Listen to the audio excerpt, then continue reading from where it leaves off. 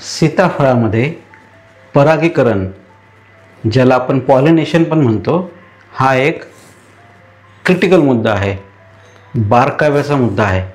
आणि त्याचं थोडं आपल्याला जर ज्ञान झालं की कसं परागीकरण होतं, कसं पॉलिनेशन होतं, तर आपण सेटिंग मॅनेज करू शकू असं मला वाटतं.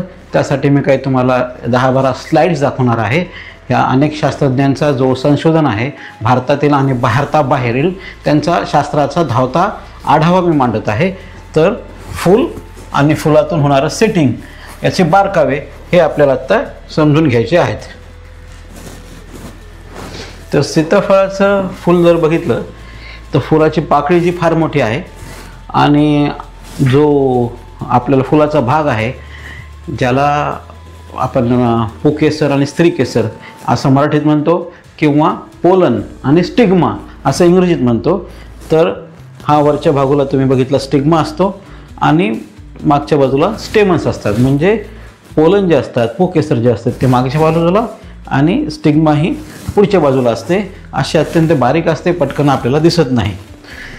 तर हा मध्ये सीताफळामध्ये एकाच फुलामध्ये नर आणि मादा असूनही स्वयंपरागीकरण, सेल्फ पॉलिनेशनचं पर्सेंटेज जे आहे हे 3% कमी आहे. कारण काय होतं, हे प्रोटोगायनी हर्मॅफ्रोडाइट प्रकारचं फूल आहे. म्हणजे काय असतं की याच्यातला स्टिग्मा म्हणजे स्त्रीकेसर किंवा मादा असं म्हणू, ती लवकर तयार होते फलनाला, पण जो पोलन आहे, पुकेसर आहे, तो लवकर तयार होत नाही. त्याच्यामध्ये गॅप आहे एका दिवसाचा. त्यामुळे स्वपरागीकरण हे 3% कमी आहे. परपरागीकरणाचंच सेटिंगमध्ये पटकन रूपांतर होतं. त्यामुळे आपल्याला पॉलिनेशन हा मुख्य घटक होतो. आणि त्या पॉलिनेशन सक्सेसमध्ये जे टप्पे आहेत, जे अनेक भाग आहेत, त्याच्यातला सर्वात क्रिटिकल भाग आहे पोलनची व्हायबिलिटी किंवा सोप्या भाषेत सांगायची तर ताकद, ही आपल्याला वाढवता येईल का? त्यामुळे पॉलिनेशन पटकन होईल. आणि हे पॉलिनेशन घडून आणण्यासाठी जसं एक किडा असतो, हा एक भुंगेरा असतो बारीक, ती निटिडुलाइट नावाची किड्यांची फॅमिली आहे. त्यापैकी कोणता तरी एक किडा आपल्या बागेत असतो आणि तो परागीकरण करतो. जसं आपण बघितलेलं आहे की मधमाशी परागीकरण करते, काही ठिकाणी भुंगा परागीकरण करतो. तसं सीताफळाला परागीकरणमध्ये, फुलांच्या परागीकरणामध्ये एक वेगळ्याच प्रकारचा किडा त्याचा मित्र आहे सीताफळाचा. त्याची कारणं अनेक आहेत, पण तो किडा आपल्या बागेत वाढणे आणि पोलनची ताकद वाढणे, ह्या दोघांच्या सहाय्याने आपण परागीकरण करू शकतो. तर फुलांकडे तुम्ही बारकाईने बघितलं तर हे न उमललेलं फूल आहे.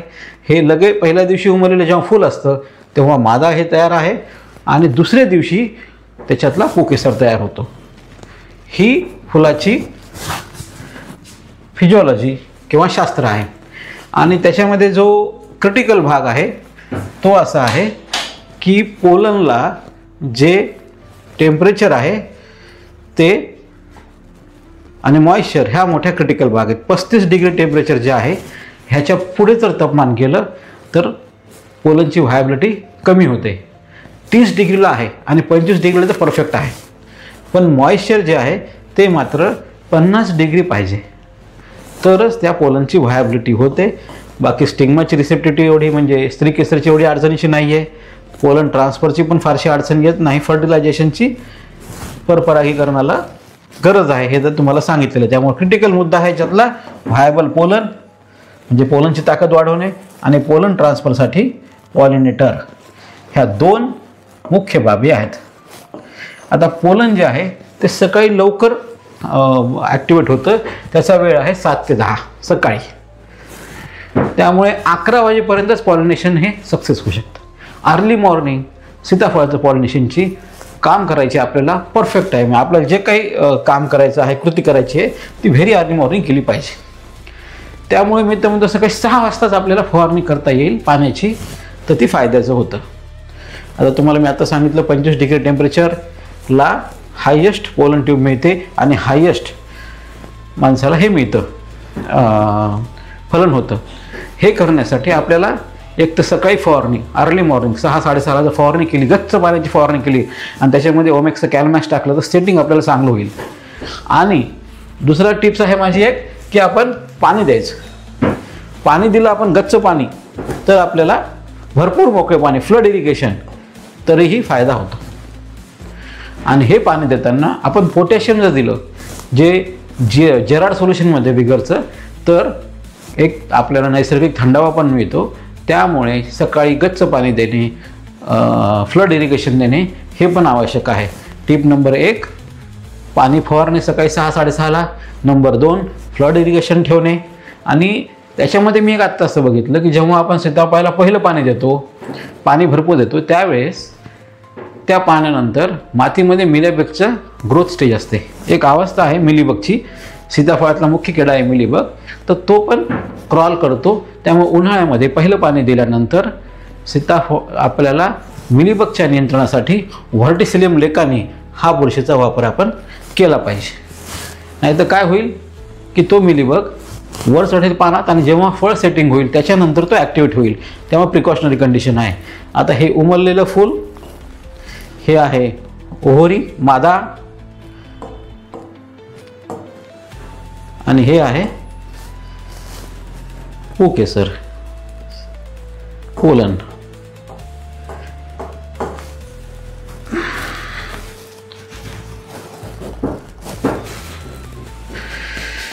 मग जर आपल्याला ओलावा, सकाळचा ओलावा हा पोलनच्या ताकदीसाठी सर्वात जास्त गरजेचा आहे. जेवढा ओलावा, जेवढी मॉइश्चर सकाळी हवेमध्ये जास्त, तेवढा पोलन व्हायबिलिटी जास्त, तेवढं सीताफळाची सेटिंग जास्त.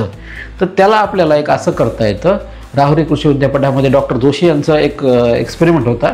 त्याच्यामध्ये त्यांनी असं दिलं, जर आपण कव्हर क्रॉप्स वापरले किंवा आंतरपिकं वापरली आपली, तर त्याच्यामुळे पण ओलावा तयार होतो, ह्युमिडिटी सकाळी तयार होते.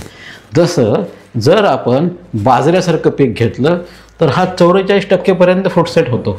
आणि जर आपण आंतरपीक घेतलं नाही, जर आपण कव्हर क्रॉप घेतलं नाही, तर त्याचा हा 14%चा आहे. म्हणजे 14च्या तिप्पट, 14×42 साधारणतः तिप्पट सेटिंग होऊ शकते जर आपल्या सीताफळाच्या बागेमध्ये कव्हर क्रॉप, आंतरपीक आपण घेतलेलं असेल. तर पीक म्हणून नाही म्हणायचं, झाडं घ्यायची असतील आपल्याला तर.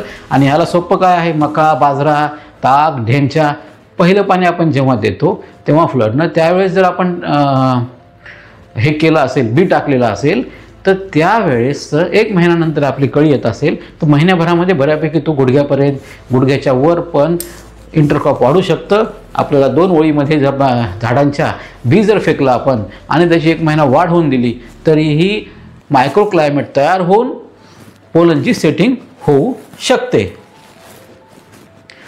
म्हणजे पोलनची ताकदवर आपल्याला करता येईल ह्युमिडिटी वाढवणे, हा सर्वात जर भाग धरला. तर दुसरा आहे की आपल्याला पॉलिनेशनसाठी जो किडा आहे, परागीकरण करणारा मित्र किडा, तो आपल्याला गरजेचा आहे. ते 2 प्रकारचे किडे आपल्या भारतामध्ये सापडतात फुलांमध्ये. आता हे मी फोटो इंटरनेटवरून घेतलेले आहेत, कारण मला बारकाईनं हा फोटो काढता नाही आला. तेव्हा माझी सगळ्यांना विनंती आहे की आपण आपल्या सीताफळाच्या फुलामध्ये बारकाईनं पहा आणि जे काळा किडा असतो, तपकिरी किडा असतो, तो पॉलिनेशन करत आहे, तो किडा मला फोटो काढून पाठवा. आपल्याला समजून घ्यायचं आहे की आपल्या सीताफळाच्या भागामध्ये, महाराष्ट्रामध्ये किंवा आपल्या भारतामध्ये कोणकोणचे किडे आहेत, त्याला आपण मदत करू शकतो. तर असा एक छोटा, हा अत्यंत सूक्ष्म आहे, त्याचाही तुम्हाला फोटो पाठवणार आहे. तर हा निटुलिडिड ही एक जात आहे, वर्ग आहे किड्यांचा. त्याच्यापैकी कोणता तरी किडा आपल्या बागेत आहे. आणि हा किडा जर आपल्या बागेत जास्त हवा असेल, तोच परागीकरण करतो, तोच पुकेसर स्त्रीकेसराकडे घेऊन जातो, एका फुलातून दुसऱ्या फुलात घेऊन जातो. हा किडा सीताफळाच्या फुलाव्यतिरिक्त जास्त प्रमाणात सापडतो. तो म्हणजे आपले सडलेले फळं, जी सडलेली साल असते. जेव्हा आपला रोग किंवा किड्यांमुळे फळ खराब होतो, कोणचंही फळ खराब होईल, तर ती साल खाणारे किडे, म्हणजे सालीच्या आतमध्ये जाणारे किडे, म्हणजे ही आपली किडे होत, जी सीताफळाचं लाकूड, जे सरलेला लाकडाचा ओंडका असतो, तुम्ही फांदी बघितलेली असेल, तिथे थोडी काढली तर बारीक बारीक किडे दिसतात, ते हे आहेत. त्यामुळे हे जर आपण बाहेरून आणून इकडे तिकडे पडलेले असतील, धुऱ्यावर पडलेले असतील, गावात पडलेले असतील, आपल्या आवारात शिवारात पडलेले असतील, तर सडकी फळं आणि कुजणारे ओंडके, लाकडं जर बागेत टाकले तरीही किडे वाढू शकतात आणि त्याला खर्च फार कमी येईल. जर तुम्ही हे बघितलं तर हा किडा बारकाईनं आपल्याला कदाचित फोटोत दिसणार नाही, हा तुम्हाला इंटरनेटवर शोधता येईल. डॉक्टर किशोर म्हणून एक सायंटिस्ट आहेत ICARचे, त्यांनी हा फोटो काढलेला आहे. त्यांनी प्रिन्सिपल्स मांडलेले आहेत किड्यांचं आणि फुलांचा संबंध काय आहे सीताफळाच्या. हा इतका बारीक आहे, हा पोलन घेऊन जातोय. हा तुम्ही इथं बसला तर हा पोलन घेऊन जातोय. हा बारीक किडा, हा बारीक किडा मायक्रोस्कोपमध्ये पाहायची काय गरज नाही. जर साधा आपण भिंग घेतलं जे आपल्या घरातल्या शाळेत जाणाऱ्या मुलाकडे असतं, 5वी 7वीच्या विद्यार्थ्यांकडे, किंवा 50 रुपयाचं भिंग आहे, जर आपल्या हातात ठेवलं आपण आणि फुल बारकाईनं बघितलं, मोबाईलमध्ये सुद्धा लेन्सनं बघितलं, तसं बारीक तपकिरी काळा तपकिरी किडा दिसतो. हा किडा आपल्याला वाढला तर आपलं सेटिंग झालं. तर हा किडा कसा वाढतो तर तुम्हाला सांगितलं की तो सडलेल्या फळांवर येतो. दुसरा एकच प्रॉब्लेम आहे त्याचा की हा वारं व्हायला तर काम नाही करू शकत, त्याला पत्ता येत नाही, हा ताकदच नाही याच्या पंखामध्ये. त्यामुळे वाऱ्याचा विपरीत परिणाम होतो. ज्या दिवशी वारं नाही आहे त्या दिवशी याचं सेटिंग काम चांगलं चालेल. त्यामुळे हा जो किडा आहे, हा किडा आपल्याला वाढवण्यासाठी सडकी फळं, कुचके ओंडके टाकले पाहिजेत. आणि एक आहे की हे किडे आपल्याकडे असतील तर काही वेळेस आपण चुकून ते किड्यांना मारतो आपल्या बागेमध्ये. कारण काही शेतकऱ्यांनी मला चर्चा करताना सांगितलं की मुंग्या सीताफळावर येत असल्यामुळे आम्ही खोडाजवळ BHC पावडर जी आपण किडे मारायला वापरतो, आपल्याला ग्रामपंचायतमधून मिळते, ती टाकतो. तर तो BHC पावडर जी आपण टाकतो, लिंडेन पावडर जी टाकतो, ती पावडर ही सुद्धा हा काळा किडा मारू शकते. तेव्हा माझी शेतकरी बंधूंना विनंती आहे की BHC पावडर जोपर्यंत आपलं सेटिंग होत नाही तोपर्यंत टाकू नका, बागेत टाकू नका. हा किडा कामाचा आहे आणि हा किडा वारं वाहिल्यावर काम करत नाही, त्यामुळे शांत वेळेमध्ये आहेत. आणि मला आता माहिती नाही आहे की आपल्या बागेमध्ये त्या निटिलोडीड सॉरी मलाही बोलता येत नाही, एवढा अवघड शब्द आहे, निटिलोडीड ह्या फॅमिलीतले किडे कोणचे आहेत हे आत्ता सापडत नाही आहे. तुम्ही आपल्या बागेतला फोटो पाठवला तर आपल्या लक्षात येईल. हा किती बारीक असतो तर हा आहे दाणा, आणि दाण्याच्या साईजनं तुम्ही बघितले कोणचा दाणा आहे, मक्याचा दाणा आहे. मक्याच्या दाण्याच्या जर तुलनेत बघितले तर हे किडे आहेत. हे आपल्याला धान्यामध्ये पण सापडतात, विशेष करून नट्स म्हणजे भुईमुग वगैरे जे असतात त्याच्या याच्यावर किडे सापडतात. हा बघा, हा एवढा बारीक किडा आहे. हा मक्याच्या काही ठिकाणी झाडांवर पण अटॅक करतो. हा प्रकार काही शेतकरी करून बघितलेला आहे. मी सांगितलं की अकोल्यातल्या शेतकऱ्यांनी मला फोन केला होता, त्यांनी विंड बॅरियर पण त्यांच्या शेतामध्ये लावलेलं आहे. विंड बॅरियर म्हणजे काय, हवा येते ती बऱ्याच वेळा बागेला त्रास देते, गरम हवा असते आणि झाडं पण उखडले जातात काही वेळेस. तर त्यांनी काय केलेलं आहे, पश्चिमेकडून, कारण भारतामध्ये महाराष्ट्रामध्ये आपल्याला जे मोसमी वारे येतात ते पश्चिमेकडून येतात, दक्षिण पश्चिमेकडून. म्हणजे पश्चिमेला जर आपण काही झाडं लावले किंवा नेट लावली तरीही आपल्याला वाऱ्याचा वेग कमी करता येईल, विंड बॅरियर करता येईल आणि त्यामुळे किड्यांचं काम वाढेल आणि सेटिंग होईल. मग आता मी 2 मार्ग तुम्हाला सांगितलेले आहेत सेटिंग वाढवण्याचे. एक पोलनची ताकद आणि दुसरं पॉलिनेशन. पोलनची ताकद वाढायला आपलं टार्गेट आहे ह्युमिडिटी. 60% ह्युमिडिटी सकाळी करता आली, कारण आत्ताचं टेम्परेचर 40 पण जात आहे, दुपारी 35च्या पुढे आहे. 25ला सगळ्यांची सर्वात बेस्ट सेटिंग आहे. 25 टेम्परेचर, 50% ह्युमिडिटी हे आपल्याला अर्ली मॉर्निंग मिळू शकतं. त्यामुळे पाण्याचा स्प्रे, याच्यासोबत तुम्ही कॅल्मॅक्स द्यावं, फ्लड पाणी, त्याच्यासोबत पोटॅश देणं आवश्यक आहे, जेराड. त्यानंतर कव्हर क्रॉप म्हणजे वर टाकायचं कव्हर नाही, कव्हर क्रॉप किंवा आंतर पिकं म्हणजे ताक, धेंजा, बाजरा, मका ही आपण टाकलेली असतील पहिल्या पाण्यावेळेस बी, तर ते पण गुडघा भरून काम करतं. निटिलोडीड या काळ्या किड्याला, इथे मी काळा किडा म्हणतो कारण तो काळा तपकिरी असतो, त्याला सडलेले फळं आणि लाकडं शेतामध्ये आणून टाकणे, ह्याला खर्च काही नाही. BHC पावडर फवारू नये आणि विंड बॅरियर तयार करणे, ही जी गोष्टी केल्या तर आपले पॉलिनेशन होईल. आणि जर नैसर्गिक पॉलिनेशनच्या पुढे जायचं असेल, आपल्याला रेट चांगले मिळत असतील, तर सीताफळामध्ये अनेक शेतकऱ्यांनी ही पण पद्धत चालू केली असं मी ऐकलेलं आहे, ज्याला म्हणतो आपण हँड पॉलिनेशन किंवा आर्टिफिशियल पॉलिनेशन. परागीभवन हे आपण स्वतः शेतकऱ्यांनी करायचं. त्यासाठी मुख्य ब्रश घेतो आपण, पोलन घेऊन गोळा करतो, आदल्या दिवशी संध्याकाळी, सकाळी दुसऱ्या दिवशी पॉलिनेशन करतो. ही सीड प्रोडक्शनमध्ये अनेक लोक वापरतात, त्यांना माहिती आहे. साधा ब्रश आणि डब्बी किंवा ती चाळणीच्या सहाय्याने पोलन काढायचे. ह्याचा एक सुंदर व्हिडिओ आहे, तो तुम्हाला पाहायला मिळू शकतो.